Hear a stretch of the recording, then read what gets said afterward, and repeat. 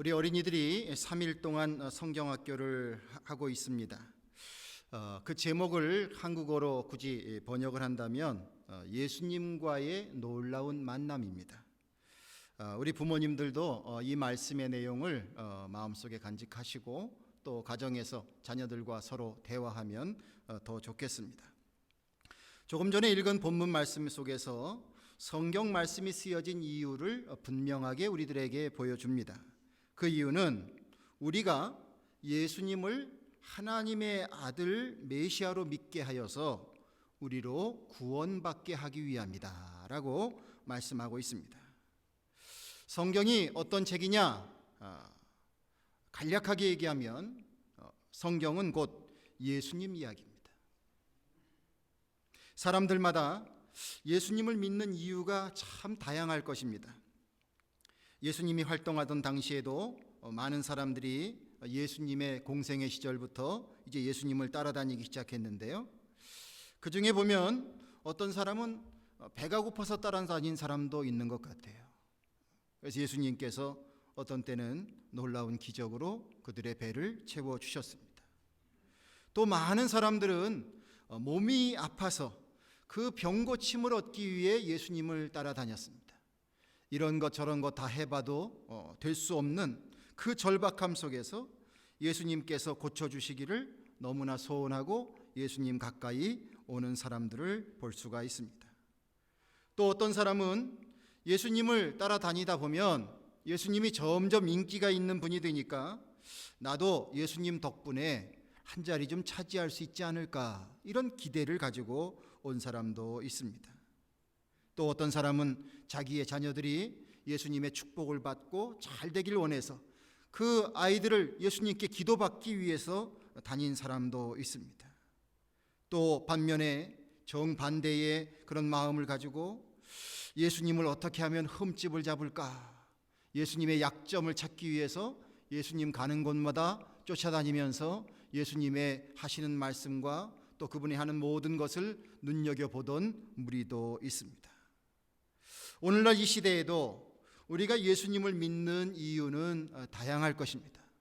성도님들 한 분 한 분에게 왜 예수님을 믿습니까? 라고 여쭤보면 각자의 대답이 다 다를 수도 있을 것입니다. 어떤 분은 복 받으려고요, 어떤 분은 병 고침 받으려고요, 또 어떤 분은 아들 낳고 싶어서요. 저희 아버님이 서울에서 개척을 77년부터 하셨는데 교회에 아주 열심으로 나오던 가족이 있습니다. 근데 이 가족이 이제 교회에 정착을 하게 되면서 끊임없이 요구하는 것이 뭐냐면, 목사님 아들 낳게 기도해 주세요. 딸이 둘이 있는 집안이었거든요. 아들을 낳게 기도해 달라고 그렇게 아주 보채는 그런 가족도 보았습니다. 결국 아들을 낳긴 낳았는데 얼마 안 있어서 또 교회는 떠나더라고요. 자, 여러 가지 이유가 있을 것입니다. 물론 예수님의 능력은 우리가 정말로 풍성하고 다양하게 역사된다는 것을 말씀을 통해서 보고 또 우리의 삶 가운데에서도 체험하는 경우가 많이 있습니다. 그런데 우리가 주님을 믿는 이유 가운데 가장 중요한 핵심은 바로 무엇이냐? 그것은 예수님을 메시아로, 하나님의 아들로 고백하는 믿음에 이르는 것입니다. 왜냐하면 예수님을 그리스도로 믿을 때에 비로소 우리가 구원을 받고 영생에 이를 수 있기 때문입니다. 다음 말씀드리는 세 가지의 말씀을 통해서 우리 예수님의 모습이 어떤 모습인가를 한번 우리가 나누도록 하겠습니다. 성경에는 예수님에 대한 모습이 풍성하게 담겨져 있지만 이번 성경학교를 통해서 우리 어린아이들은 이제 이 세 가지의 말씀을 가지고 예수님을 배우고 있습니다. 제일 먼저는 누가복음 2장 41절에서 52절까지의 말씀의 내용인데요. 이 말씀의 제목을 붙인다면 한번 따라 하시길 바랍니다. 성전에서 만난 예수님. 성전에서 만난 예수님에 대한 내용입니다. 예수님이 약 12살쯤 되었을 때에 예수님의 부모님이 친척들과 함께 유월절 절기를 지키기 위해서 예루살렘으로 올라가게 됩니다. 평상시에는 안식일이 되면 회당에 가서 안식일을 지키고 하나님의 말씀을 같이 나누는 시간을 갖지만, 절기가 되면 이렇게 예루살렘을 향하여 이스라엘의 곳곳에서 사람들이 짐을 싸가지고 긴 여행을 하면서 절기를 지키게 됩니다. 예수님의 가족도 그렇게 되었습니다. 이제 절기의 모든 제사의식을 마친 후에 돌아오게 되는데, 그 예수님의 부모님이 보니까 예수님이 보이질 않는 거예요.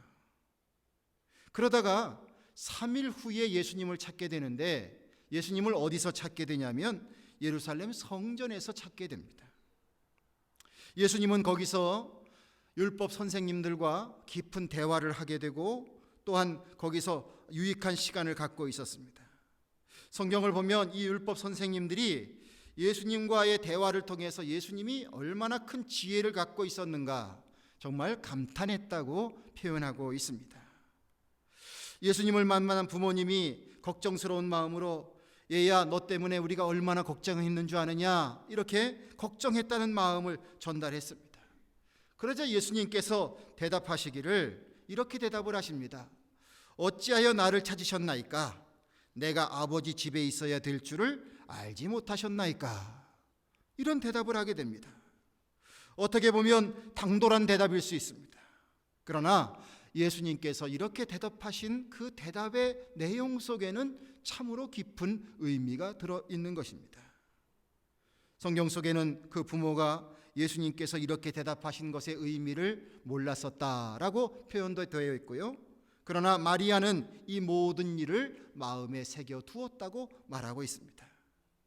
이 일이 있은 후에 예수님은 다시 나사렛으로 가족들과 같이 내려와서, 그래서 그 이후에 부모님께 순종하면서 그렇게 잘 성장했다고 말씀하고 있습니다. 여러분, 나는 누구인가? 나는 누구인가? 이것은 우리 인간의 가장 근본적인 질문입니다. 나는 누구인가? 이 질문에 대한 명확한 대답이 가능할 때 우리는 비로소 흔들리지 않는 삶을 살게 됩니다. 본문의 말씀을 통해서 우리 예수님이 스스로 자신이 하나님의 아들이심을 어린 나이에 있을 때부터 분명하게 인식하고 사셨다는 것을 보여주고 있습니다. 예수님이 예루살렘 성전을 아버지 집이라고 표현할 수 있는 것은 스스로 자신이 하나님의 아들임을 고백하고 있는 거예요. 예수님이 하나님의 아들로서의 자의식이 있었기 때문에 예수님은 그리스도로서 걸어가야 되실 그 길을 하나하나 준비해 나갔다고 봐야 할 것입니다.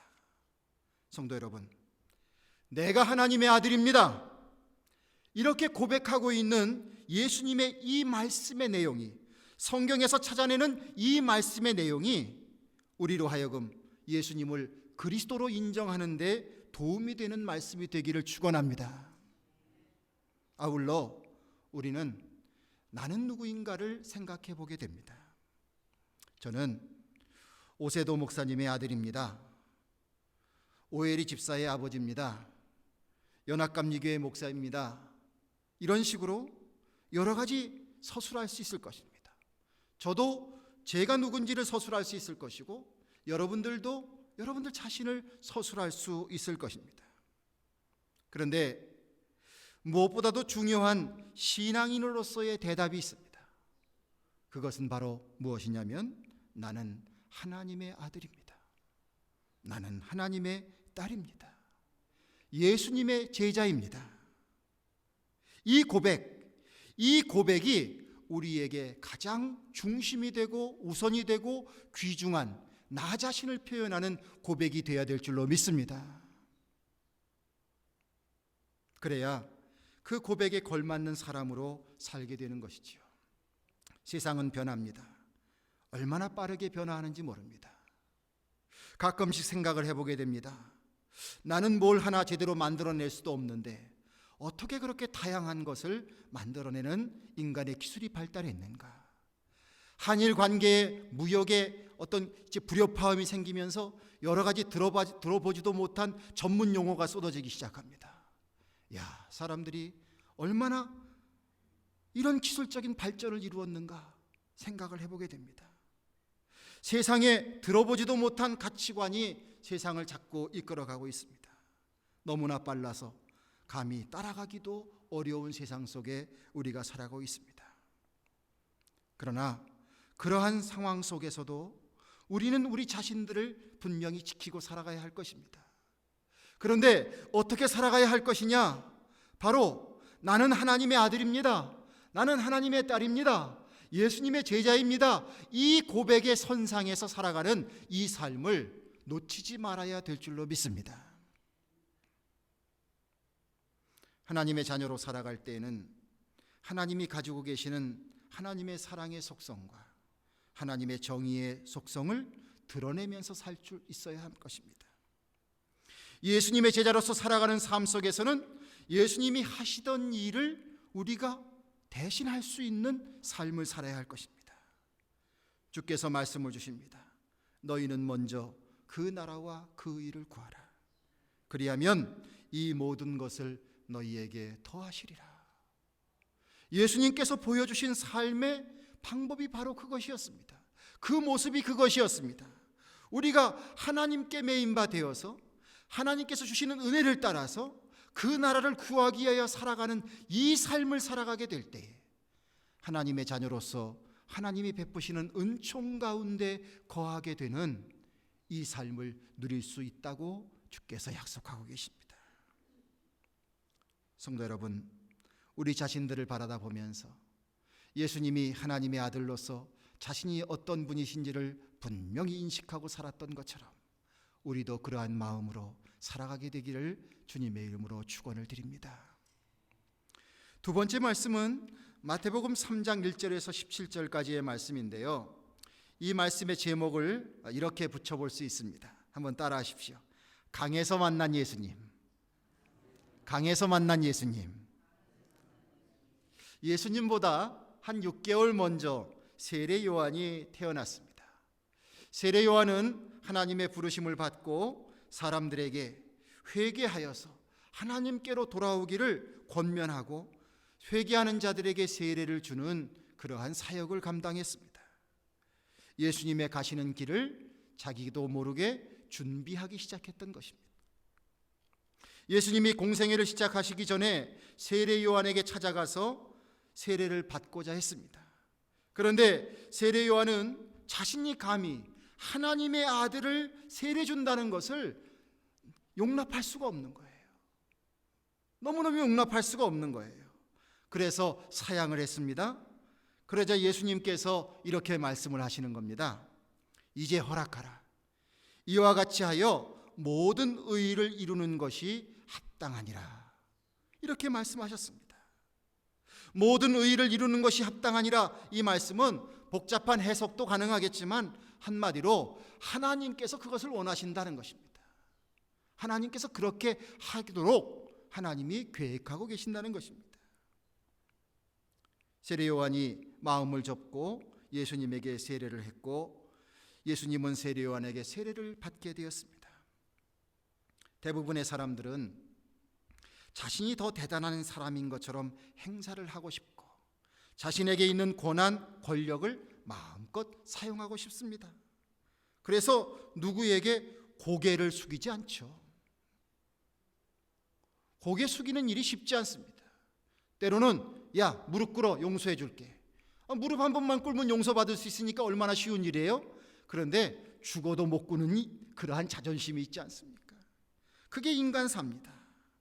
그러나 하나님의 아들이신 예수님께서 세례 요한에게 세례를 받으십니다. 이것은 예수님은 오로지 하나님이 세우신 길을 걸어가기 위해서 모든 것을 내려놓는 삶을 택하고 계신 것을 보여주고 있습니다. 예수님이 세례를 받고 물에서 나오게 되니까 성령께서 비둘기같이 내려서 예수님에게 임하게 되고 하늘에서 소리가 나는데요. 이런 소리가 들리는 것입니다. 이는 내 사랑하는 아들이요 내 기뻐하는 자라. 이는 내 사랑하는 아들이요 내 기뻐하는 자라. 강에서 하나님께 순종하며 하나님 세우신 의를 이루며 세례를 받는 예수님을 하나님은 친히 하나님의 아들이라고 선포해주고 있습니다. 모르겠습니다. 멀리 떨어져 있는 사람들은 이 이야기를 들었는지 안 들었는지. 그러나 그 세례를 베푼 세례 요한 당사자만큼은 분명히 알았을 것입니다. 이분이 하나님의 아들이시다. 어렴풋이 내가 알고 있는 이분이 바로 하나님의 아들이시다 라는 것을 확신했을 줄로 믿습니다. 여러분, 이는 내 사랑하는 아들이라. 예수님은 하나님으로부터 하나님의 아들됨을 인정받고 계셨습니다.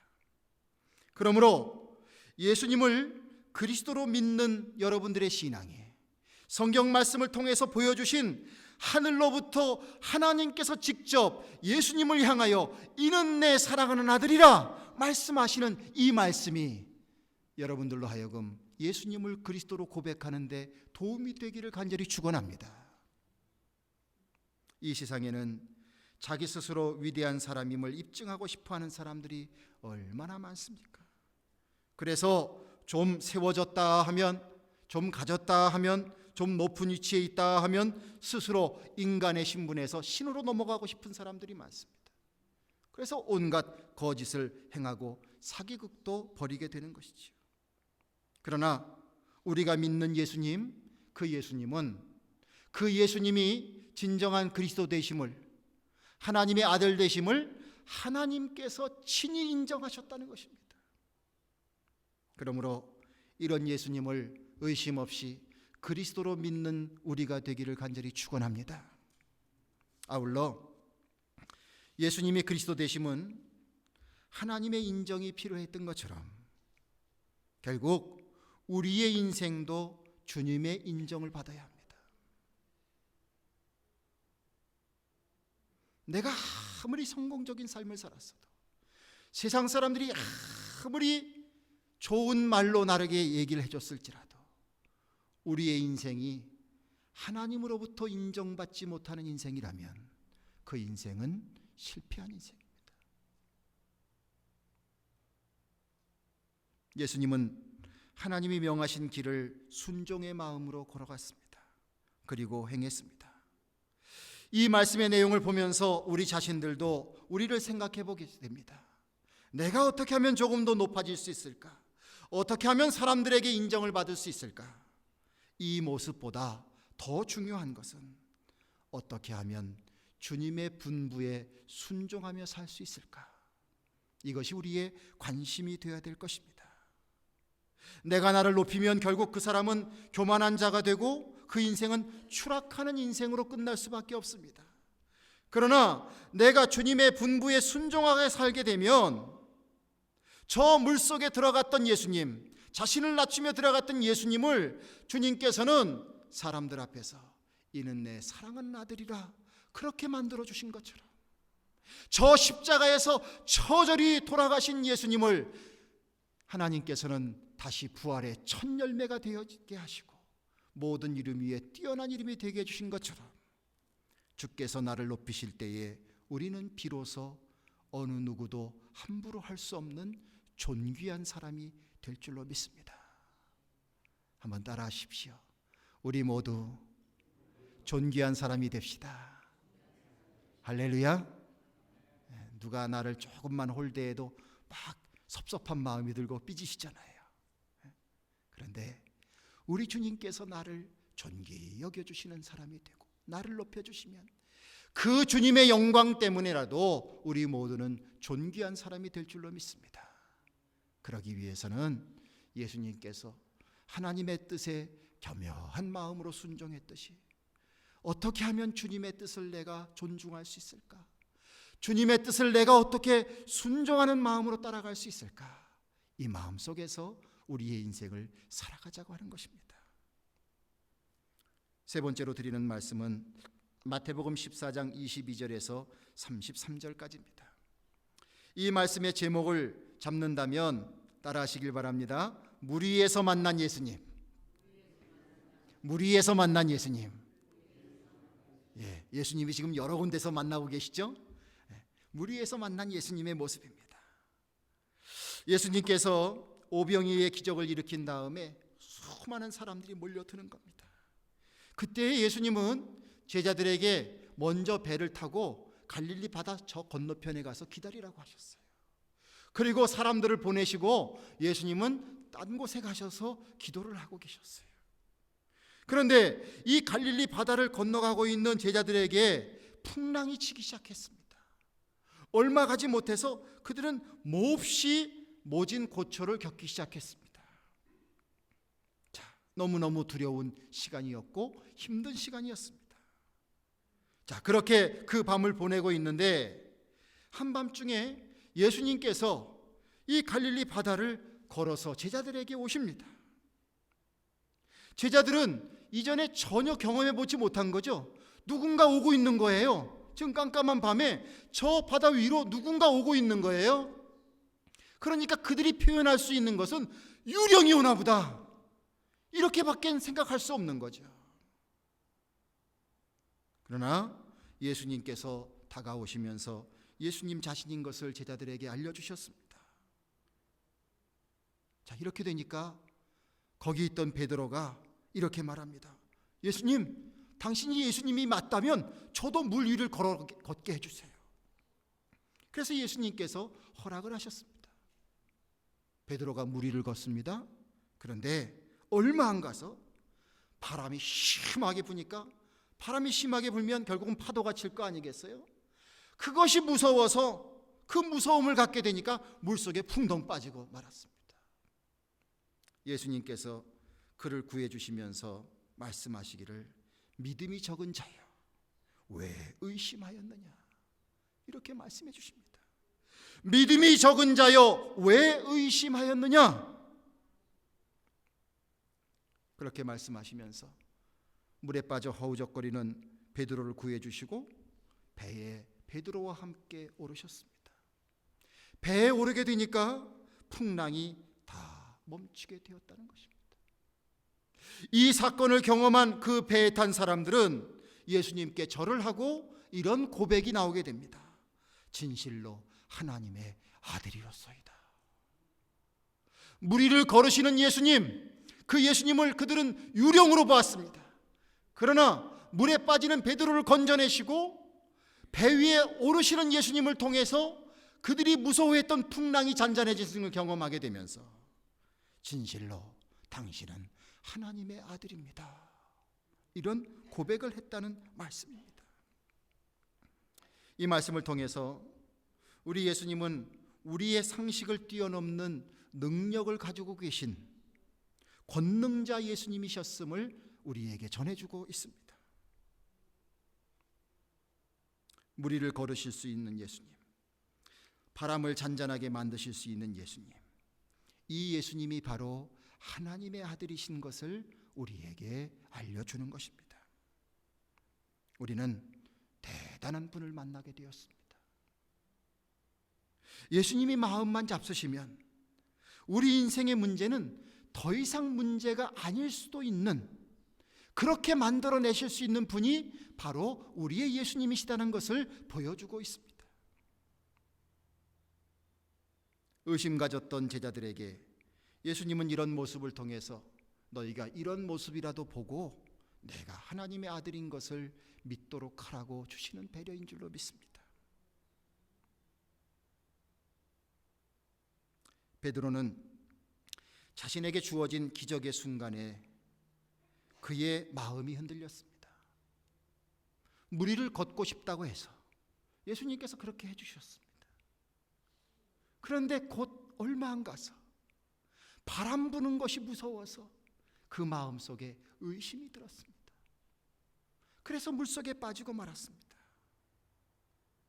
물 위를 걸어오시는 예수님, 자신을 물 위에 걷게끔 만들어주시는 그 예수님, 그 예수님이 그 현장에 계십니다. 그러면 아무리 큰 바람이 불어도, 아무리 센 바람이 불어도, 아무리 풍랑이 있어도 지금 이 역사를 일으키시는 예수님이 하나님의 아들이시요 능력자요 그 모든 것을 주관하실 수 있는 분이라는 믿음 속에 그 마음에는 평안이 있어야 합니다. 담대함이 있어야 합니다. 그리고 의심하지 말아야 합니다. 아니, 진정한 믿음의 사람이라면 왔다, 이거 참 좋은 기회다, 내가 이 파도 위에서 파도 타기를 한번 해보리라, 이런 마음도 가져야 될 거 아니겠어요? 그런데 의심하고 쓰러졌다는 것입니다.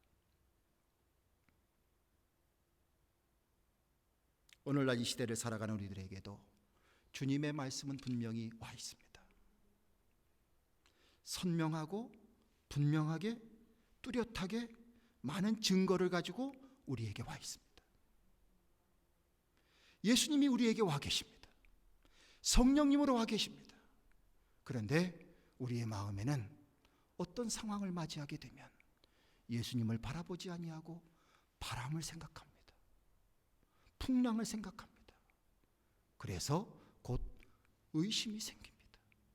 그리고 스스로 물속에 빠져들어가고 맙니다. 만약에 이렇게밖에 살 수 없다면 이것이 얼마나 불행한 인생입니까? 믿고 그 믿음 가운데서 구원의 의뢰를 누려야 될 우리들이 그렇게 살지 못한다는 거예요. 이러한 모습으로 살아가는 우리들의 모습이 있다면 주님께서는 참으로 안타까워하실 것입니다. 물에 빠진 베드로를 붙잡고 배 위에 예수님께서 오르셨을 때에 모든 사람에게 평화가 찾아왔다고 했습니다. 이 사건으로 우리 예수님은 이 세상의 거친 풍랑 가운데에서도 우리를 지켜주시는 분임을 우리는 배우게 됩니다. 이 예수님을 여러분들의 그리스도로 고백하는 은혜가 있게 되기를 간절히 원합니다. 주님을 전적으로 신뢰하자는 거예요. 이렇게 성경 속에서는 우리 예수님이 하나님의 아들이시며 우리를 구원하시는 메시아이심을 풍성하게 알려주고 있습니다. 우리 어린이들이 비록 세 군데의 말씀을 통해서 예수님에 대해서 배우지만 우리 어른들은 마음을 여시면 성경 곳곳 속에서 우리 예수님이 어떤 분이신지를 배우게 됩니다. 그런데 오늘 말씀을 통해서 우리에게 주는 의미는 무엇입니까? 주님은 주님 자신이 하나님의 아들이심을 고백하셨습니다. 예수님 스스로가 나는 하나님의 아들이다 라고 고백하셨습니다. 또 하나님께서는 친히 하늘문을 여시고 예수님을 향하여 이는 내 사랑하는 아들이다 라고 말씀해 주셨습니다. 또 배를 탔던 사람들은 예수님의 이 엄청난 기적을 경험하면서 이 예수님을 경험하면서 당신이 진실로 하나님의 아들입니다 이렇게 고백했습니다. 아예 성경 그거 다 거짓말로 꾸며낸 거야. 이렇게 말한다면 더 이상 할 말은 없겠지만은, 그러나 여러분들 이렇게 고백하셨고 선포해 주셨고 증거가 되고 있는 이 예수님이 하나님의 아들이시요 그리고 우리를 구원하실 예수님, 참된 그리스도이심을 우리에게 증거하고 있습니다. 이 예수님에 대하여서 여러분들 마음을 여시기를 간절히 축원합니다. 그리고 그분을 믿으십시오. 그리고 그분 앞에 고백하십시오. 그런 주님과의 관계를 우리가 평생토록 살아간다면 하나님께서 우리의 삶 가운데 많은 풍랑 가운데서도 우리를 지켜주셔서 주께서 우리를 이끄시고자 하시는 그 최후의 구원의 길로 우리를 끝까지 인도해 주실 줄로 믿습니다. 이제 말씀을 마치면서 여러분들 함께 이렇게 고백하면 좋겠습니다. 저를 따라서 고백하시면 좋겠습니다.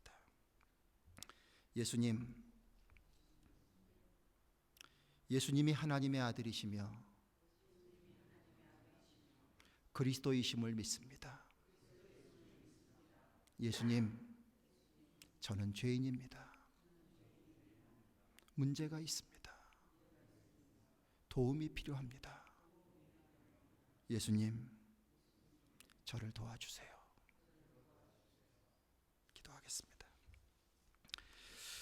오늘도 아버지 하나님, 하나님의 은총 가운데 거하게 하시고 우리 예수님이 어떤 분이신지 말씀을 통하여서 다시 한번 나누게 하시니 감사드립니다. 우리 어린 자녀들의 심령 속에서도, 또한 우리 어른들의 마음 속에서도 우리 예수님이 나를 구원하시고 나를 인도하시는 참된 그리스도 되심을 믿는 믿음의 고백으로 다가올 수 있도록 도와주시옵소서. 문제 많은 인생들, 스스로 헤어날 수 없는 인생들, 바람 때문에, 파도 때문에 깊은 물속으로 빠져들어갈 수밖에 없는 인생들, 그 인생 가운데 있는 우리를 건져주시는 주님이신 줄로 믿습니다. 이 주님을 나의 주님으로 고백하고 나의 그리스도로 고백하고 나의 주인으로 고백하면서 진정으로 하나님의 자녀로서 예수 그리스도의 제자로서 주님의 놀라운 아름다운 믿음의 역사를 써갈 수 있는 우리 모두가 될 수 있도록 주여 함께하여 주시옵소서. 진정으로 믿을 수 있는 은혜, 믿음으로 고백할 수 있는 은혜가 우리 안에 충만하기를 간절히 원하옵나이다. 주여 지켜주시옵소서. 예수님의 이름으로 기도드리옵나이다.